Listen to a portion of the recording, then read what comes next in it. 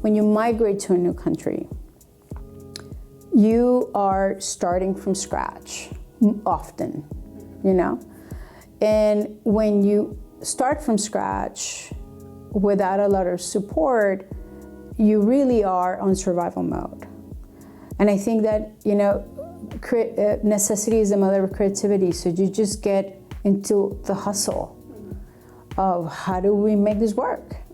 And that's why there's so many immigrants that are entrepreneurs, because you see an opportunity where other people might not see it, but it's purely out of necessity more than like, you know, the privilege of like, oh, let me just start a business. It's just like, we need to make something work because we need some financial stability.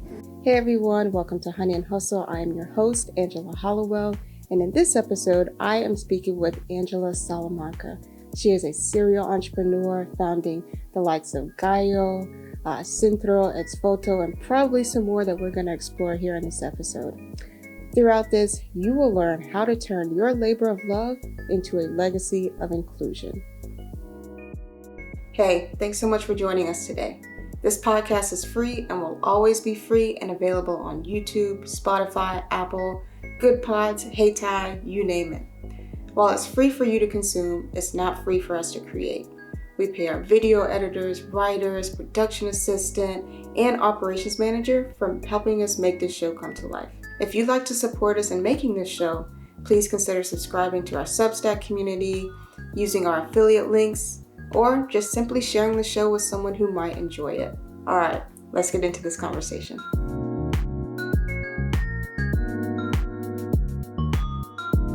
You started Centro and Ex-Voto, which is now here in the Durham Food Hall, which is really awesome. Talk to me a little bit about how your relationship with Mexican food and Latin-inspired food, if you will, like what aspects of that you tried to bring into your restaurants? So I am Colombian, and I've been living in this country for 30 years. Mm-hmm. And I've worked in the industry pretty much that whole time. Okay. And 30 years ago when I got here, I was working with my family who had a Mexican restaurant. Okay. So that's how I learned about the industry. Okay. And they, you know, just by working there, I just kind of fell in love with the culture and the cuisine. I was really young at the time. I was 17 years old. So I was, you know, like the world of living by myself and like working in a restaurant and making money for myself. Mm-hmm. The world just opened up. And I had the opportunity to travel to Mexico. And when I did that, like that really just sealed the deal for me. I really fell in love with everything that had to do with Mexico. Okay. I think part of the reason was because, you know, coming from Colombia as a young person, I never really had the opportunity to travel and experience another culture as a tourist. And when I got to the States, I wasn't really a tourist. I was an immigrant trying to make a living. Mm-hmm. So you really experience a place differently when you go as a tourist. Yeah. And I think that was the first time I fell in love with Mexican culture, Mexican cuisine, Mezcal. Mm-hmm. And I had the opportunity to open Centro or dream about Centro in 2005.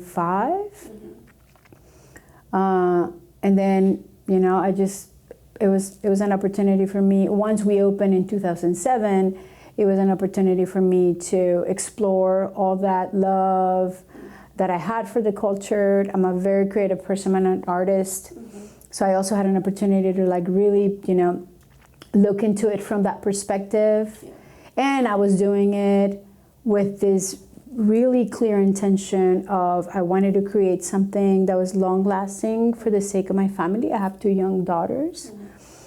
And I really wanted to have something that was long-lasting, that could be a source of, you know, like nourishment and financial stability for us as a family.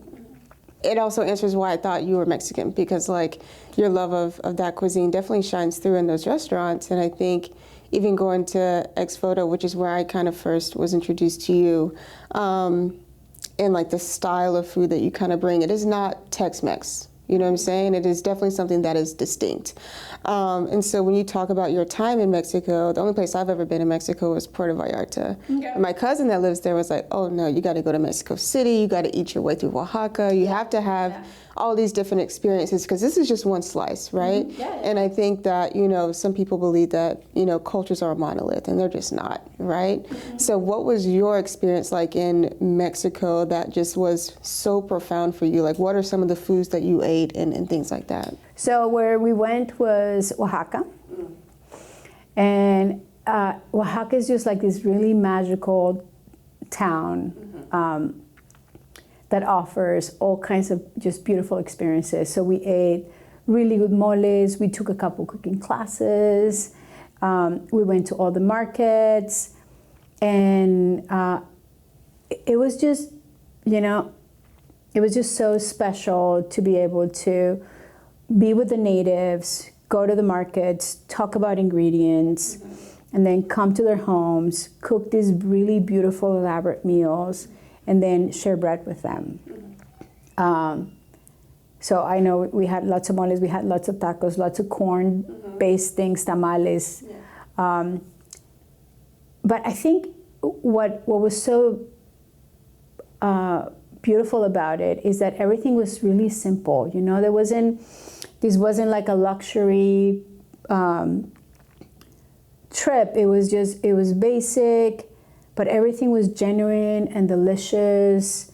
And I think also, you know, going back to my earlier point, I was really a tourist. So I think that when you are in a place for the first time with an open heart, like you can really take things and value them in just a different way. And it was so special. I remember eating squash blossoms for the very first time in my life. And they were stuffed with ricota or like requesón, which is what they called, you know, ricota there. And then we made this very simple tomatillo salsa with some avocado on top of a fresh tostada. Like that bite was just like magic, you know? And it was simple, but it was beautiful. And I had never had anything like that in the States or back home. You just didn't eat that way. So I think the simplicity and authenticity of everything was just so beautiful. And I think for me, bringing that back has been what has always inspired me into opening new places. So the story behind Ex-Voto is that I partner with Marshall, who's worked with me for a long time, at a project called Gallo Pelon, which is a Mezcal bar in downtown Raleigh. So we partnered to open Ex-Voto, and Ex-Voto was meant to be a nixtamal place. So we were going to be cooking all of our corn and making our own tortillas and tamales, making our own masa, and trying to sell that as well. And we did a year of pop-ups all over the Triangle, very successful. And then March 2020 hit. We were supposed to be open at the Durham Food Hall in April. Ended up having to open in May of 2020 and pivot our whole operation from grinding corn to what can we do with these sets. Maybe that's what you're picking up, that this is not quite just Tex-Mex. Right. Because we had all these sets for tamales and for tacos, but we knew we could not grind our own corn without the labor. Yeah. And at the time, you know, what we thought was going to be a bigger operation in terms of employees and concept ended up having to be driven by 2 people in a space that was brand new for us. So the pivot was, well, we can make burritos, so let's switch. And then my partner Marshall was like, well, we could try to like create something like a crunch wrap. And he started playing with the idea, and we moved our sets into the crunch wrap, which is what we actually do now. So we had to put the corn making, you know, the nixtamal process of of what we wanted to do on a shelf and say, this is what actually works with the staff that we have. And it ended up working at the hall as a concept. Yeah. So it was kind of like necessity and luck. And that's what Ex-Voto is today. Yeah, I love it. When I think about like Ex-Voto, Centro, and probably even the new space that's coming in Raleigh again, there's kind of a difference between the way the spaces are set up, right? So Ex-Voto is in a food hall. So not primarily, people aren't necessarily going to the food hall just for Ex-Voto. They're going to get food and to have options and to sit and be with their friends so they can all accommodate each other and like be together in one space, right? And so when we think about food as a mechanism for a community, right? How have you guys kind of played around with this concept of like, you know, farm to table, food to table, not just with the food, but also with the customer experience, right? So they, not only the next time they come, they remember like, no, we're going for Ex-Voto the next time. I mean, I think it's a combination of things. Being in the hall has been a really interesting experience because it takes, you know, whenever you're selling anything, it doesn't matter what it is. What's going to set you apart is the quality of your product, but also the guest interaction. So if you can get one of those right, you have a win. If you can get both of those right, you have a double win. And I think that's some of what we try to do at Ex-Voto, at Centro, at Gallo, and hopefully at the new place that is coming up in Gateway. It's making sure that the quality of the product that we have, it's exactly what we want, that there's consistency in it, and that guest interaction is special. So folks remember, it's like, oh, we had this really great meal and our server was really amazing, or our hostess was really attentive, or the bartender was really interesting, you know, like trying to hit those two opportunities to make a little bit of a difference. And I think that, you know, we've been fortunate enough at the hall that we've been able to create a niche and been able to really, really drive those two things. To the point that, you know, I think that we're one of the most popular offerings at the hall. Yeah, for sure. I mean, I can testify, okay? You know? Talking a little bit about Gallo Pelon, which is a very interesting concept. I had them for the first time last year. So that was my first time at a Mezcal, you know, inspired spot. First time drinking Mezcal. Now we have 2 Mezcal spots in Durham, right? So like within the last 6 months to a year, you know, we've kind of brought that on. And I think that people are very surprised by having kind of a specialty cocktail bar with amazing food, like how much people really flock to that. Because Gallo Pelon also isn't a big space. It's 2 stories, but it's not a big space. Always packed out. And I think that, you know, if you look at something like a Young Hearts Distillery, which is also in that area, you look at something like a Transfer Co. Food Hall, which also has specialty drinks, and you think about like the drinking experience and the food experience, right? And how Gallo Pelon is really kind of this like, everything is intentional, it feels like. You know, the drinks can match the food, you know, and they can make food and drink pairings, right? That's almost this intimate food experience that you probably wouldn't expect to get at just a restaurant. You would expect to pay for, you know, an Airbnb experience, like curated experience. And you guys have kind of brought that into Gallo Pelon. And I know I sound like an ad for this restaurant, but what I'm trying to get at is like, when we think about, you know, really niching down, if you will, or just getting really specific about the things that we want to create and the experiences that we want to provide, and how in some ways that could alienate people. And you know, for people who just like, oh, I don't like Mezcal, I'm not going to go to this restaurant, even though it's more than the Mezcal. Like, talk to me a little bit about, you know, how you guys thought about Gallo Pelon from its inception. Like, we know this is a very specific cultural experience that people who have never been outside the country or to Mexico probably haven't had but prior to coming to us. So how can we really give them this full, authentic, genuine, intimate, you know, experience that they want to come back for? I think for us, So like I said earlier, I think that for me, what drives opening any concept, any offering, it has to do with like, oh my God, like I love this. Mm-hmm. How can I bring this back to my community and have them at any level experience the same magic of this? And with mezcal was the same thing. We went to Oaxaca, we went to a palenque, and we had lots of mezcal, and I was like, oh my God, this is amazing. Why don't we have more mezcal in North Carolina?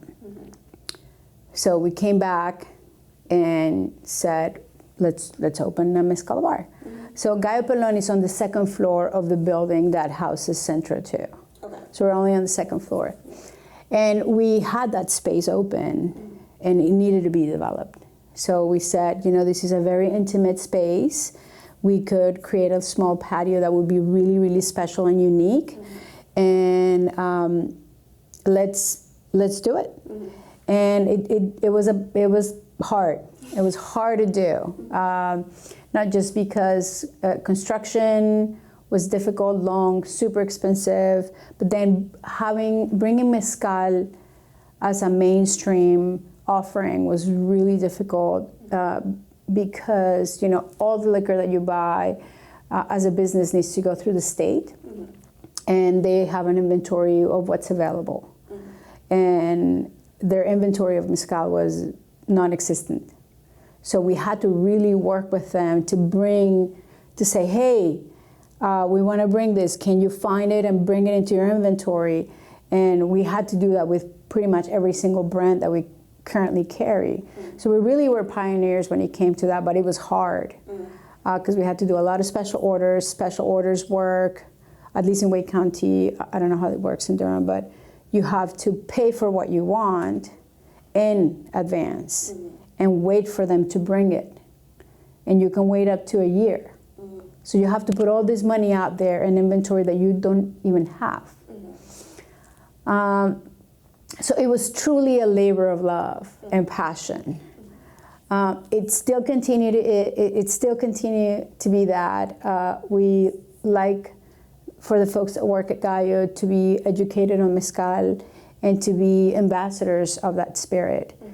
So when you go there, you can get a full-on class if you want on what we have and how to taste it and why this is different than that. Or you can just have a nice, unique, intimate, romantic cocktail experience. And then we've added food to that. Since we reopened back up from the pandemic, we've added a heftier menu to Gallo. But yeah, I think that, and I hate to make assumptions, but from experience, a lot of people's experiences with drinking agave spirits, tequila mostly, are spring break, nonsense, chugging, lots of shots of tequila, and then blackout, insane hangovers. And they would never drink tequila again because of that. So we get a lot of those people. I mean, I'm sure if you ask around, there's the majority of folks have had an experience like that. So for us, it's been like, whoa, okay, that is a way to drink an agave spirit. You were probably drinking something that was highly, that contained a lot of sugar. So let's take it back. Can we sip it? Can you drink something that is 100% tequila, 100% agave? And it's just different. When you sit there and you sip things, and then you maybe have a little bit of bite of orange, and then try a different expression. It's just a different. It's a much more intimate, intentional experience. This is not meant to get anybody drunk.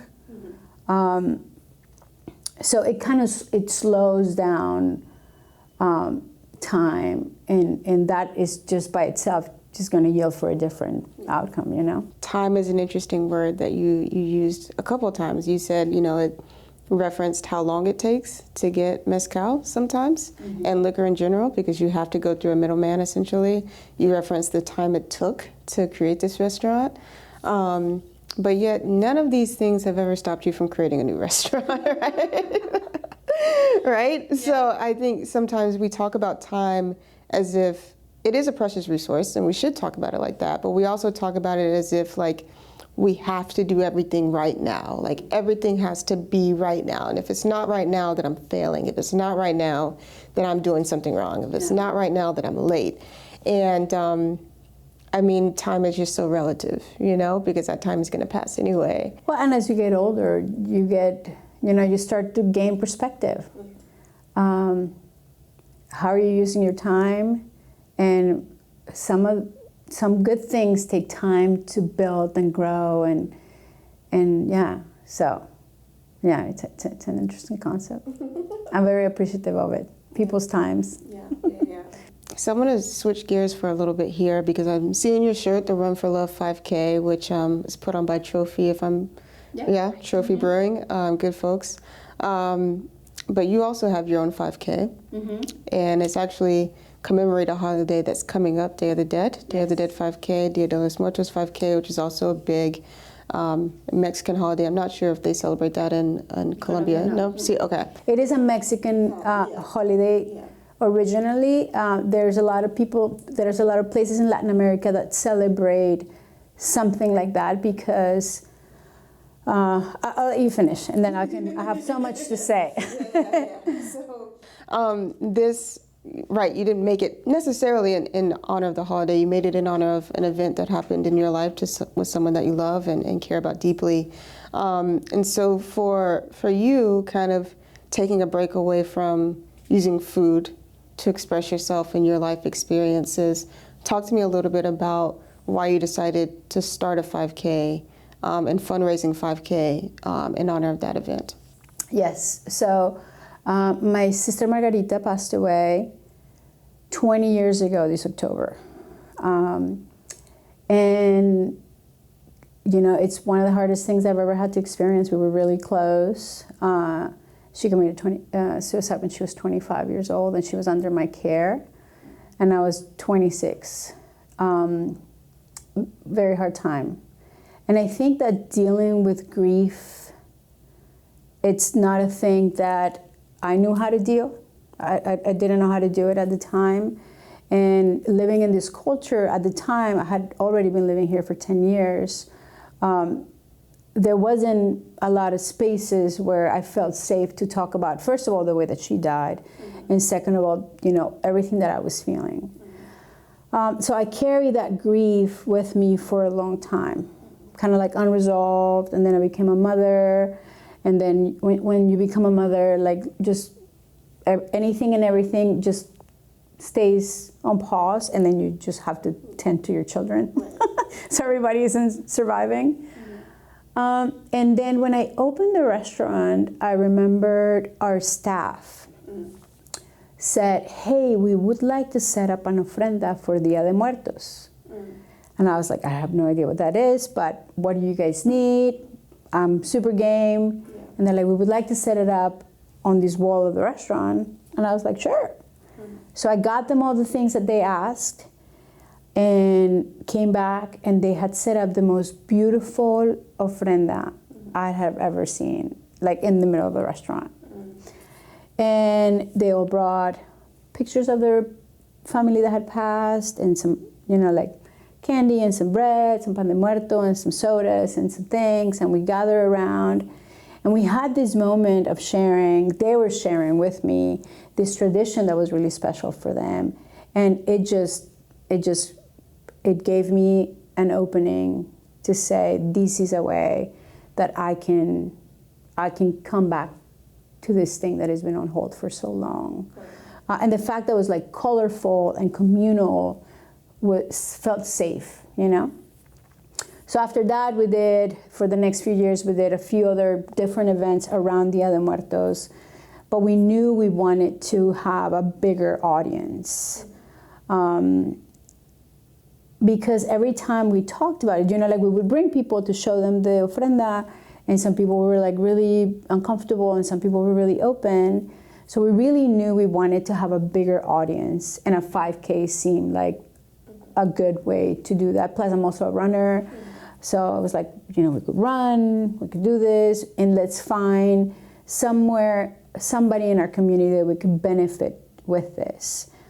And at the time, as a business, I didn't feel like we were giving back to the Latin American community enough. So that's why we partnered with the Boys and Girls Club of Brentwood, because they were really servicing and still continue to serve the Latin American community in that area with their after-school program. So it just, it just kind of all fell into place. And we've been doing it for 10 years. And with every year, we learned something new. And last year, we decided to give the race to the club. So now the club this is the first year that they're championing doing the race. I'm still in the advisory committee and helping them with fundraising. But this year was a year that I said, hey, I really want you guys to take this over. And it's happening October 28th. So we're on full force of marketing, trying to get people registered. And it's such a beautiful event. We've learned so many things. How to put an event of that size, which is crazy. And all the little things that have come out of it. Getting the kids from the club to train for a 5K, whether it's Day of the Dead or not. That in itself has been a huge accomplishment. Because you see kids from 5 to 18 that have trained and are ready and go out there, and whether it's an easy run for them or a hard run for them, they are all cheering for one another, and it is just the most beautiful thing to see. We get a lot of people that dress up and come and run the race in a full-on Day of the Dead attire, and that is inspiring itself, and it's really exciting. We have families that come and run the race in honor of somebody that they have lost. And then we've been able to raise, hundreds of thousands of dollars for the club. So it's been a really beautiful thing that it's kind of like evolved from these, from this first idea of let's do this, let's kind of create more awareness. And this gives me personally an opportunity to continue to grief, move through the grief, but also celebrate her memory, and talk about death with my kids, and with my nieces, with my neighbors, and with the bigger community. And it's been really wonderful. Something that is happening this year is that by giving the race to the club, I've made a little bit of space to create something new. And I've never been to Mexico for the Day of the Dead. But I'm always looking to what they're doing, right? And they're just these massive, beautiful celebrations in the cemeteries. And we set up a small ofrenda at the cemetery, at the Oakwood Cemetery every year, because we run through the cemetery. So as you entered, we always have an ofrenda there. And the ofrenda has grown over the years because folks come and they make offerings. So, we have hundreds of pictures that people have left there over the years, and we always save them and we always put them back up. We have lots of trinkets that people leave there in honor of their folks that have died. So this ofrenda has grown and grown and grown, and I've been really wanting to have a big, massive ofrenda. Just something that you walk in and you're like, whoa. So we partner with a local artist, and we're creating a crazy art installation that is going to involve 2 big ofrendas, and about 4 small ofrendas that other partners are going to make. And the idea is that we're going to take over this big field at the cemetery and just transform it into a Dia de Muertos celebration. We're calling it Dia de Oakwood because it's at the Oakwood Cemetery. And that's going to happen from October 27 to November 2nd. And we just started making 3,000 paper flowers for the installation. So we're going to be celebrating Dia de Muertos with the race and with this new festival that it'll be the first one in North Carolina. And we're really excited to see what that's going to turn out like. Yeah, that sounds incredible. That sounds amazing. I'm so happy that you were able to continue with it, because I can only imagine what that first run was like for you. Oh my God. I mean, and it still is, it's so emotional, but it's so rewarding. And I think that especially after COVID, like, we need all the spaces that we can have where we can talk about grief, and where we can talk about loss, and where we can talk about death, and where we can also celebrate the small little wins, because I think that what's in the way of us speaking about grief and loss and death is that it feels really heavy, because it is. But when you can move through it, you can also speak about, celebrate the memories of the people that you have loved, and that's how you actually keep them closer to you. And then there's room for joy. And that remembrance, while it's still going to be sad and heavy at times, it can be really beautiful too. And it's the one thing that we all know it's going to happen. Yeah. We're here at one moment, and then we won't be. So death is the one certainty that we all have in this world. So being able to create bigger spaces where folks can come and talk about and feel safe and say, oh, you know what, like, I do want to share this story about my grandfather, or about my dog, or about my mother, and be helped by the space and others that are feeling the same thing that you're feeling. Like, I mean, what's more community than that? Yeah. And we are in such a need of that. So we hope that these is going to contribute to that. And we will see. We don't know. We will see. I love it. I love it. So two things I kind of want to dive into from just your story and some things that you've been mentioning here and there that I want to tie together. First of which is the Latino community in Raleigh. Have you always been in Raleigh since you lived in the States? Or in the Triangle area? I've been all over. The longest I've been in Raleigh. I was in Raleigh for 5 years, and then I moved to Chapel Hill, and then went to Apex, to Cary, to South Durham, and then I've been back in Raleigh for about 12 years. Okay, so the Triangle, mostly, North Carolina, yeah. Yeah. Okay, what has been your experience engaging with the Latino community here, or Latinx community here, outside of the restaurants, and like the restaurants you've worked at and the restaurants you've created? It's a growing community. I think it's a community that works so hard, and even though it's such a force within our community, it's still really invisible. But I see a lot of signs of hope with representation and diversification, a lot more outside of Raleigh than like Durham, for example.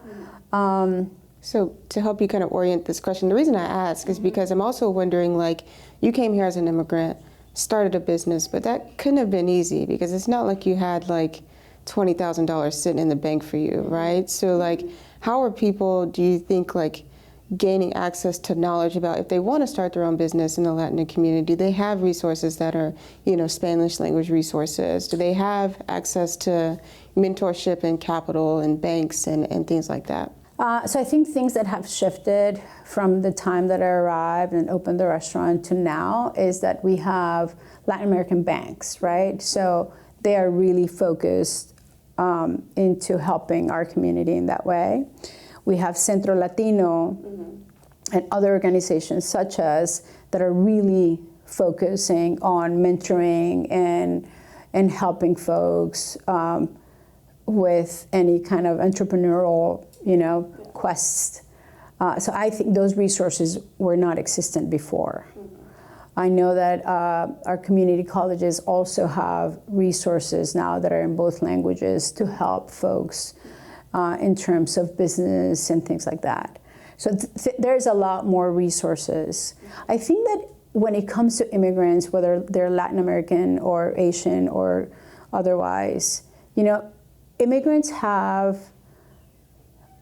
these survival switch turned on, because when you migrate to a new country, you are starting from scratch often, and when you start from scratch without a lot of support, you really are on survival mode.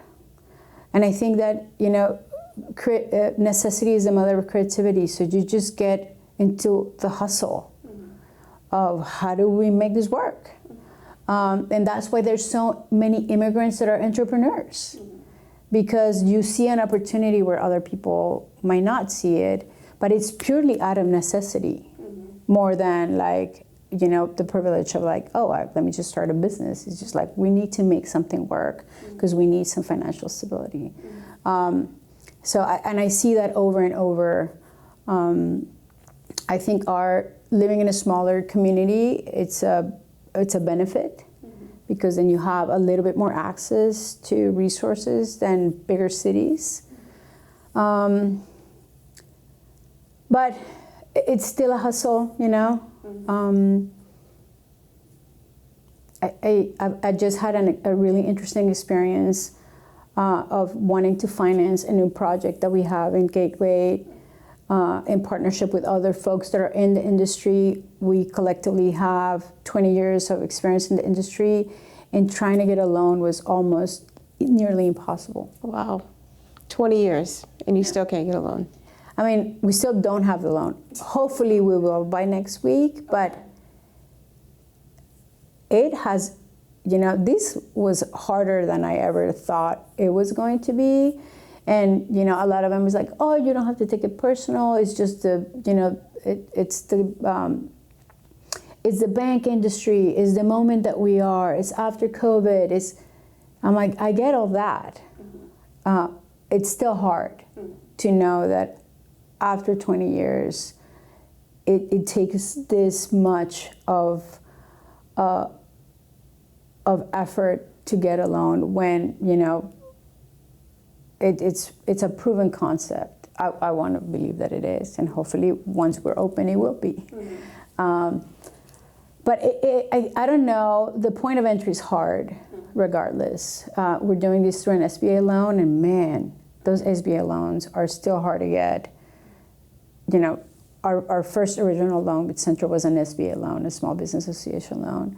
And it was hard to get it at the time. It's still hard to get. So I don't know that it's gotten easier, which is unfortunate. That is unfortunate, yeah. Well, try to give you a story of hope. There wasn't one. So you've mentioned you have 2 daughters, and you mentioned the youth that run in the Day of the Dead 5K. I kind of want to talk to you about your, experience and kind of your just relationship with the youth, and why you feel it's so important to have them involved in life and in these tough conversations about, these are the things that I've experienced. Well, I mean, I think if we are actually going to change the world, it's going to have to be with the kids. I mean, I don't want to be sarcastic about us grown-ups, but people are set in their ways, and it's just harder to change. But when you plant the seeds of, healthy lifestyles, running is a good thing. That yields things. We've seen it. We've seen it with the kids of the club. They're training when they're little, and as they move in through the different programs of the club, some of the things that they talk about as big moments have been running the race because of their sense of accomplishment. They work hard to train, and then they showed up to this event, and then they were able with their friends to complete this thing and feel so, just accomplished. And like that builds their self-esteem, and it's just like a little snowball. So I think that we have such an opportunity with youth to plant seeds of change. And we need a lot of that. We need to be healthier. We need to be more vulnerable. We need to talk about death. We need to talk about how to be more involved in our communities. And if we don't get the kids to see these things, they're just gonna not see them. It's harder.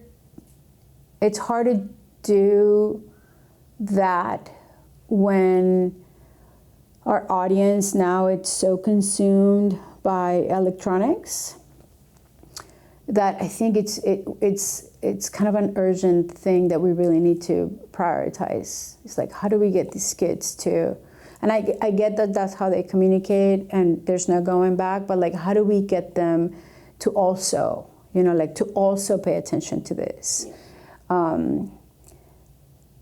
The importance of having deep, present conversations, the importance of moving, to be in your body every day, and I really do think that children, we don't give them enough credit, but it's also our responsibility to guide them. That's why we're the grown-ups, right?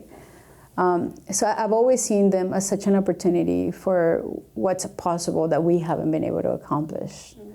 And as a mother, if I'll ever have a legacy, hopefully it will be the life that my kids are gonna live, and what they will do with their communities once they're, they're on their own. Yeah.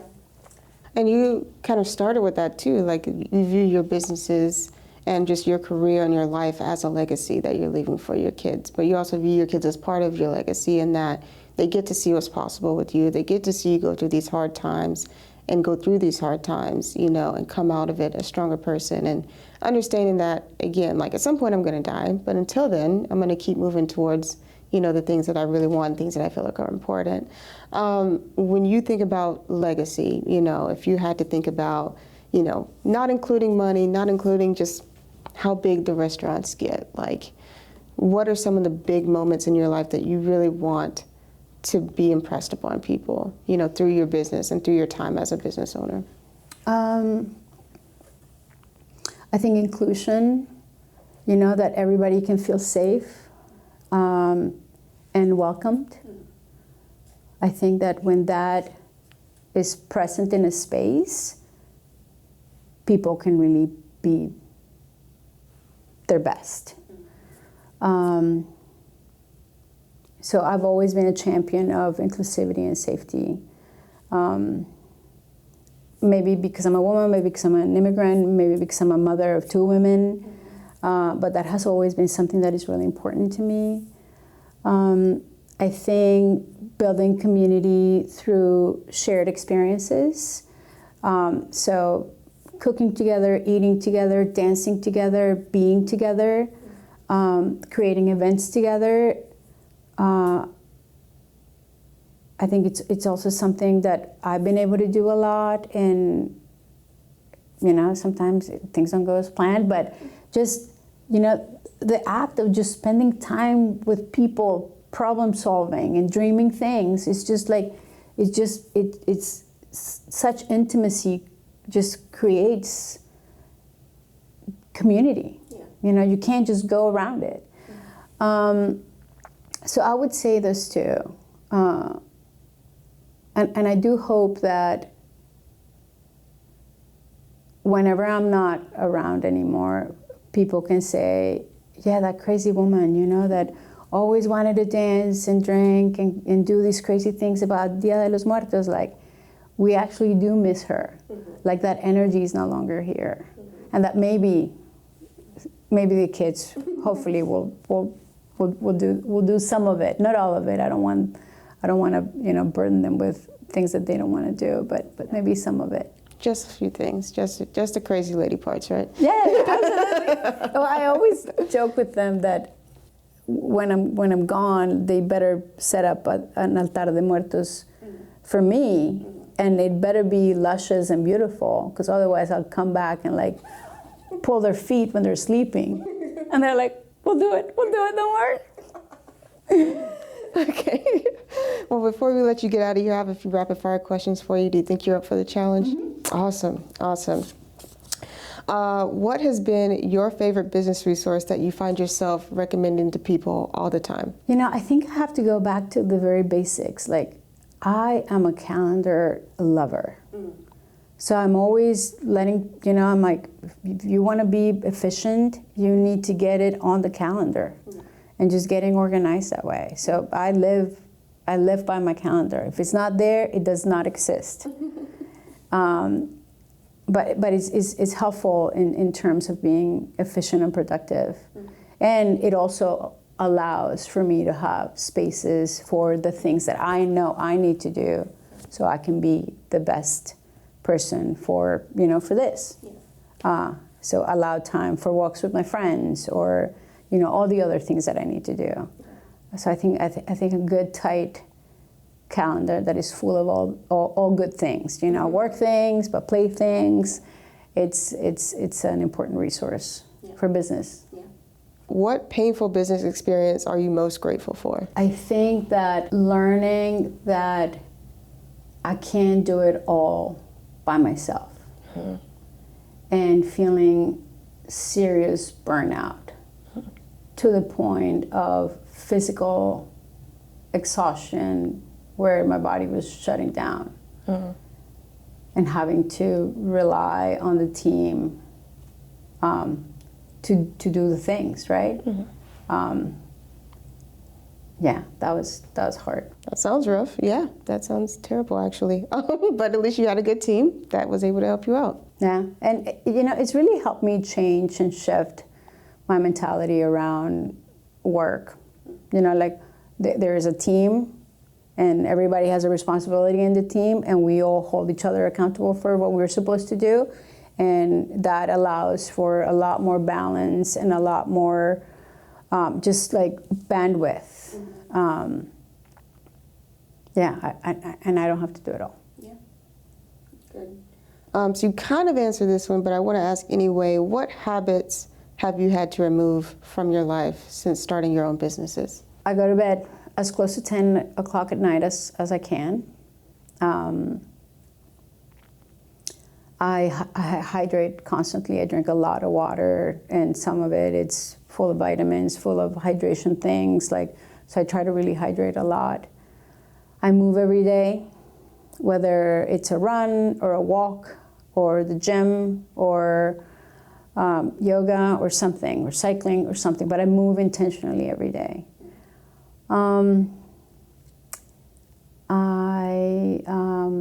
I pray every day, and I have a gratitude practice. So I always try to write down what I'm grateful for, because I know there's always at least one thing, even when it's really, really hard. There's always something to be grateful for. Yeah, there is. Can agree with that. What is the costliest business decision that you would make again? Oh.